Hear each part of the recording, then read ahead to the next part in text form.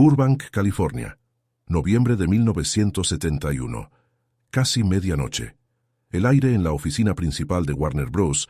Estaba saturado de un humo de tabaco denso, de ese que se pega a las cortinas y a la piel, y un silencio que pesaba más que el mobiliario de roble. No era una reunión oficial.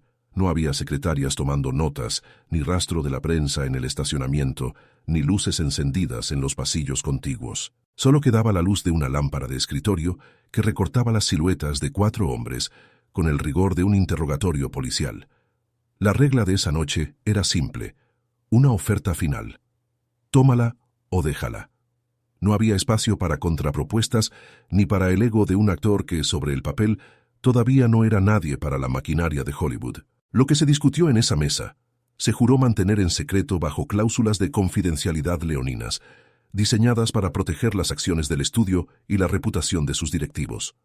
Si el hombre sentado frente a ellos aceptaba, se convertiría automáticamente en el hombre más rico de Hong Kong y en una estrella con un sueldo garantizado por años. Si se negaba, su nombre sería borrado de la industria americana de forma sistemática. He pasado 30 años revisando archivos cinematográficos, contratos descartados y testimonios que las grandes productoras prefirieron archivar en sótanos húmedos. Y lo que descubrí es que esta es la historia que los ejecutivos de Warner intentaron enterrar durante 5 décadas. Todo comenzó 14 días antes, con un guión enviado a una dirección equivocada por un error administrativo que, visto hoy, parece una jugada del destino. ¿Por qué un hombre que apenas tenía para pagar el alquiler de su pequeño departamento en Los Ángeles decidiría destruir su propia carrera por una sola palabra? Para entenderlo, hay que entender que ese hombre no era un actor común. Era Bruce Lee, y esa noche estaba a punto de demostrar que su integridad no tenía etiqueta de precio. En ese invierno de 1971, Bruce no era la leyenda de los pósteres que adornarían millones de habitaciones años después. Era un hombre frustrado. Había probado el sabor amargo del fracaso con la cancelación de El Avispón Verde y veía, con una impotencia contenida, cómo sus ideas originales eran filtradas, masticadas y finalmente robadas por hombres de traje que nunca habían lanzado un golpe en su vida. Había enviado un proyecto titulado El Guerrero, una serie que mezclaba filosofía oriental con el crudo realismo de las artes marciales. Pero el estudio tenía otros planes. Estaban desarrollando algo llamado Kung Fu, y el guión que Bruce recibió por error le confirmó lo que más temía. Habían tomado su esencia, pero la habían convertido en un desfile de clichés racistas y sumisos. 14 días después de leer ese insulto impreso, Bruce caminaba por el estacionamiento de Warner. No llevaba el atuendo llamativo de una estrella. Vestía de forma sobria, casi quirúrgica. No buscaba impresionar con la ropa, sino con su sola presencia. Al entrar en el edificio, el ambiente era de una ejecución silenciosa, no de una negociación creativa. El tribunal ya estaba formado. A la cabeza estaba Ted Ashley, el todopoderoso jefe del estudio, un hombre que representaba la maquinaria que trituraba identidades para alimentar el mercado de consumo masivo. Ashley creía firmemente que todo hombre tiene un precio, y que la tradición americana, especialmente la de un protagonista blanco salvando el día, era inamovible. Junto a él estaba Fred Weintraub, un productor que sí creía en el talento de Bruce, pero que sudaba frío ante la presencia de su jefe. Weintraub era el puente, el hombre que intentaba que las dos realidades no colisionaran, aunque sabía que era una tarea imposible. Y finalmente, en una esquina, un coordinador de dobles de la vieja escuela, un tipo que había trabajado en docenas de westerns y que miraba a Bruce con una mezcla de desprecio y escepticismo. Para él, ese asiático delgado era pura teoría, un bailarín con buen marketing, pero nada que pudiera sostener una escena de acción real frente a la cámara. Bruce se sentó. No se hundió en el sofá de cuero, se mantuvo en el borde, con una economía de movimiento que ponía nerviosos a los presentes. Sus ojos no buscaban el contrato sobre la mesa, buscaban los ojos de Ted Ashley. El jefe del estudio fue directo al grano. Desplegó el poder del dinero sobre la mesa. Le recordó a Bruce sus deudas, su falta de éxito reciente en Estados Unidos y la generosidad de la oferta que tenía delante. Era un cheque capaz de cambiar la vida de 3 generaciones de su familia, pero había condiciones. El personaje debía ser sumiso, debía agachar la cabeza. Y, sobre todo, Bruce debía aceptar que él no sería el protagonista absoluto. El estudio pondría a un actor blanco con los ojos maquillados para ser el rostro de la franquicia. El silencio que siguió a la oferta de Ashley fue tan pesado que se podía escuchar el segundero del reloj de pared. Bruce no parpadeó. Sabía que estaba apostando su futuro a una sola carta. En ese momento, el coordinador de dobles decidió intervenir. Quizás por orden de Ashley, o quizás por su propio ego, lanzó una provocación directa. Dijo que el estilo de Bruce era demasiado rápido para ser real, que en la pantalla se vería como un borrón y que, en una pelea de verdad, su filosofía no serviría de nada contra la fuerza bruta.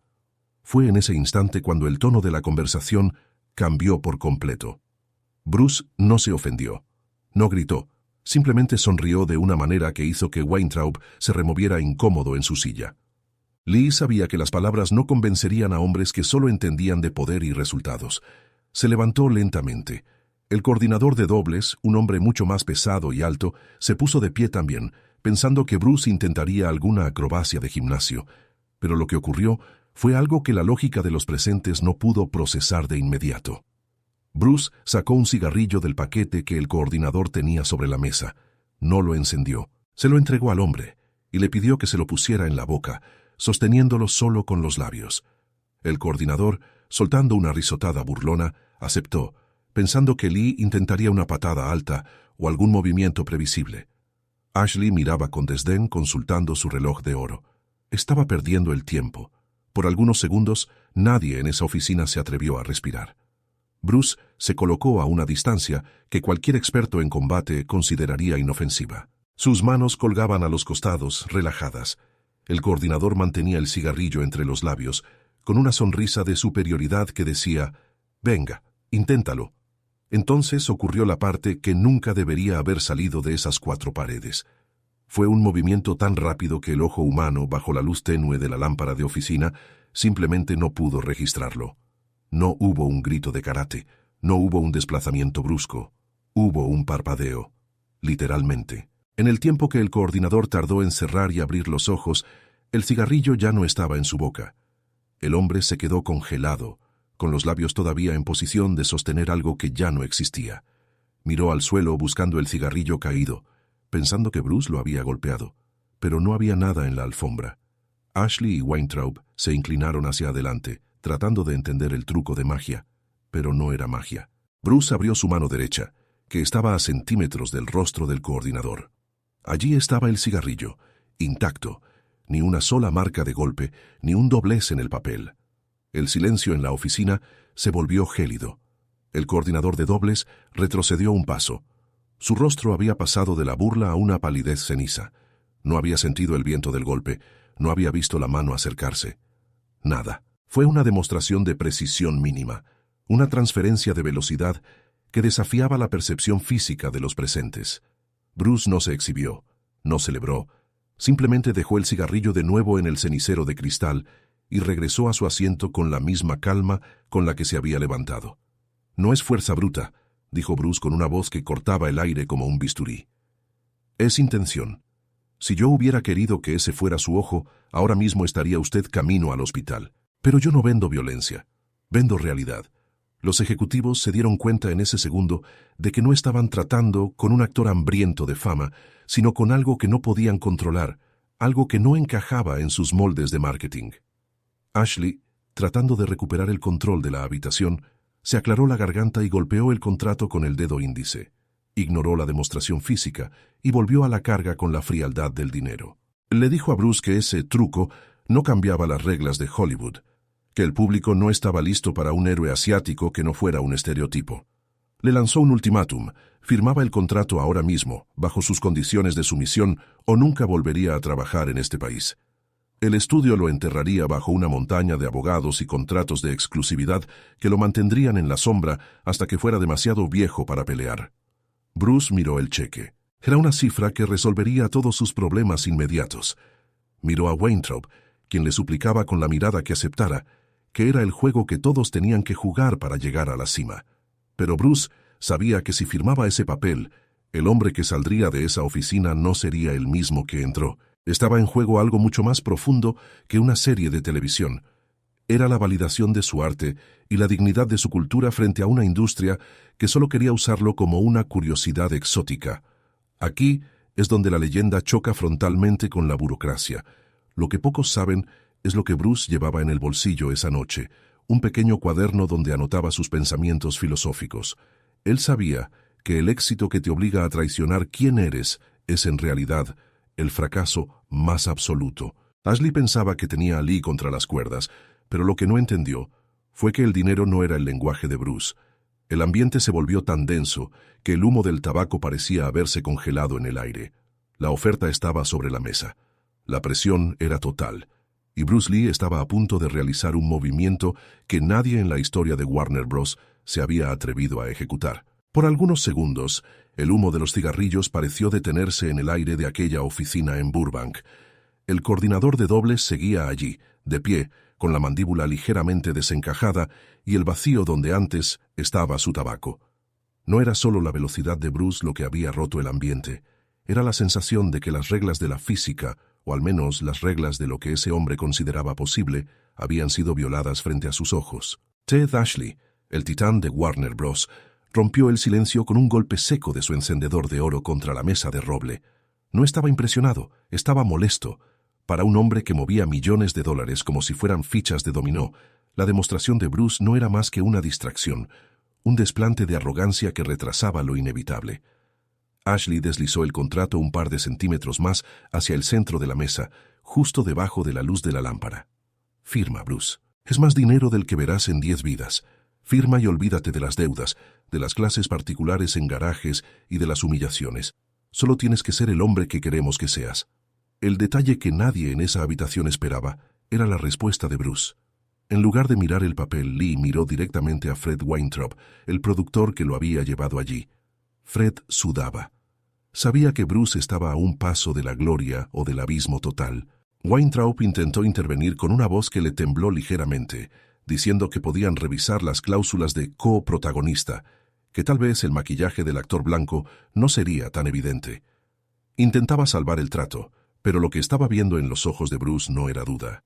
Era una sentencia. Bruce tomó la pluma estilográfica que Ashley le ofrecía. Era una pieza pesada, de plata, un símbolo de la autoridad del estudio. Por un instante, los 3 ejecutivos pensaron que el hambre y la necesidad habían ganado la batalla. El coordinador de dobles soltó un suspiro de alivio, esperando que el contrato sellara el silencio de lo que acababa de ocurrir. Pero entonces ocurrió la parte que nunca debería haber salido de esas 4 paredes. Bruce no llevó la pluma al espacio de la firma.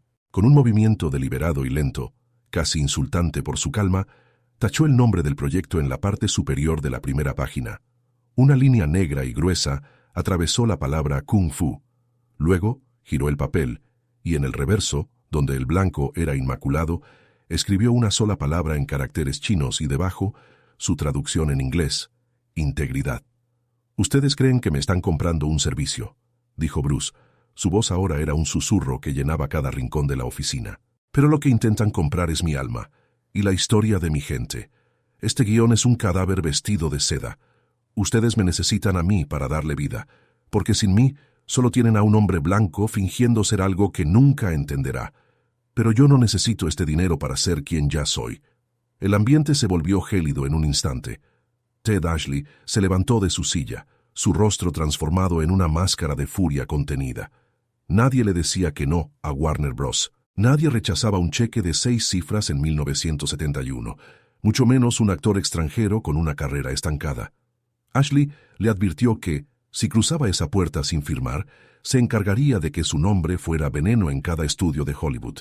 Le prometió que nunca volvería a pisar un set en Estados Unidos, que los contratos de exclusividad que ya tenían firmados por migajas lo mantendrían atado y silenciado legalmente durante años. Bruce Lee se levantó con una elegancia que hacía que los hombres de traje parecieran torpes.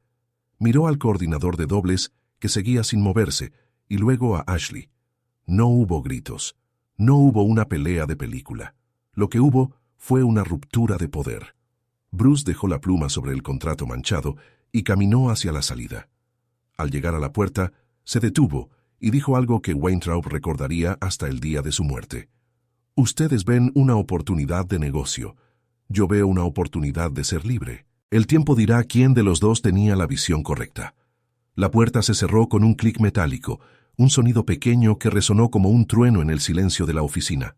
Bruce salió al estacionamiento de Burbank bajo el cielo negro de California. No tenía nada. No tenía el papel principal, no tenía el dinero para pagar sus deudas crecientes y legalmente acababa de suicidarse profesionalmente en el mercado más grande del mundo. Lo que siguió fue exactamente lo que Ashley prometió, una represalia sistemática. Warner Bros. Bloqueó sus intentos de producir otros proyectos y las llamadas de su agente dejaron de sonar.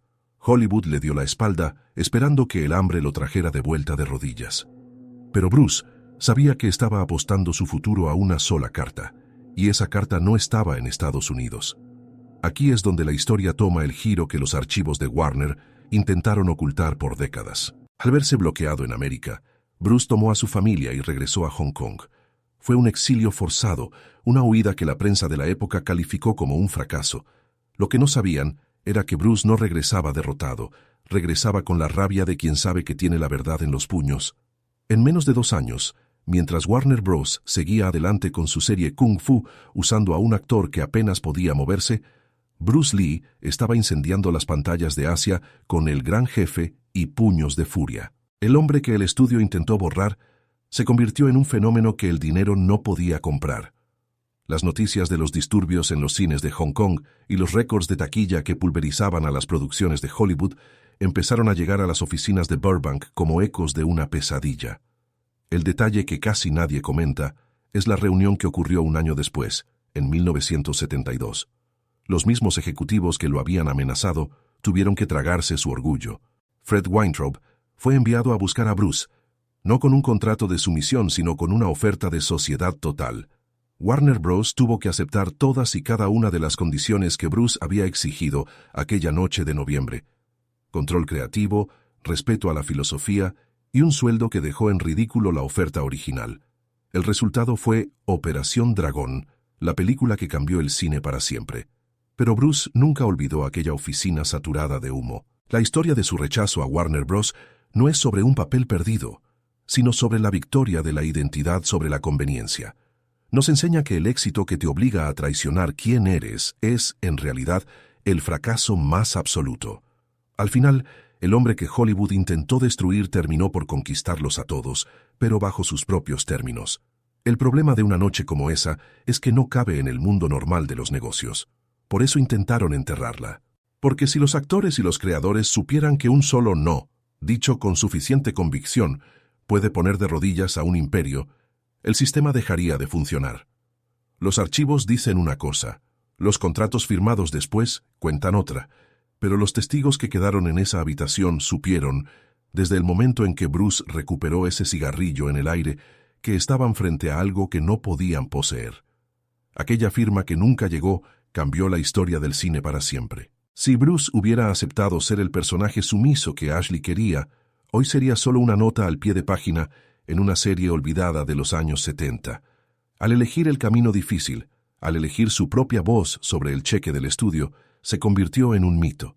El mundo puede dudar de las leyendas, puede cuestionar si los golpes eran tan rápidos o si la filosofía era tan profunda. Pero quienes estuvieron en esa oficina esa medianoche de noviembre, viendo el contrato tachado y sintiendo el vacío que dejó Bruce al salir, nunca pudieron olvidar la lección. El enemigo real de Bruce Lee esa noche no fue un coordinador de dobles ni un jefe de estudio arrogante. El enemigo real era la tentación de venderse. Y él ganó. Al final del día, la historia de Bruce Lee en Warner Bros. Nos deja una verdad incómoda para los poderosos. El poder de la industria más grande del mundo cae cuando la integridad de un solo hombre se vuelve innegociable. El aire en Burbank puede seguir oliendo a tabaco y a viejos acuerdos, pero el eco de ese no sigue resonando en los pasillos, recordando a cualquiera que quiera escuchar que el precio de un hombre lo pone él mismo, y que a veces perderlo todo es la única forma de ganarlo para siempre. Bruce Lee murió poco antes del estreno mundial de la película que lo consagró, sin ver cómo el mundo entero se rendía ante la visión que él defendió en esa oficina oscura. Pero no importó. Lo que sucedió allí dentro fue real lo bastante para cambiar a todos los que estaban en la sala. El mundo puede seguir buscando sucesores, pero la silla frente a la luz de la lámpara en Warner Bros. Sigue vacía, esperando a alguien con el valor de decir no, cuando todos los demás esperan que agache la cabeza. Quien vio lo que pasó esa noche nunca lo olvidó, y ahora tú tampoco.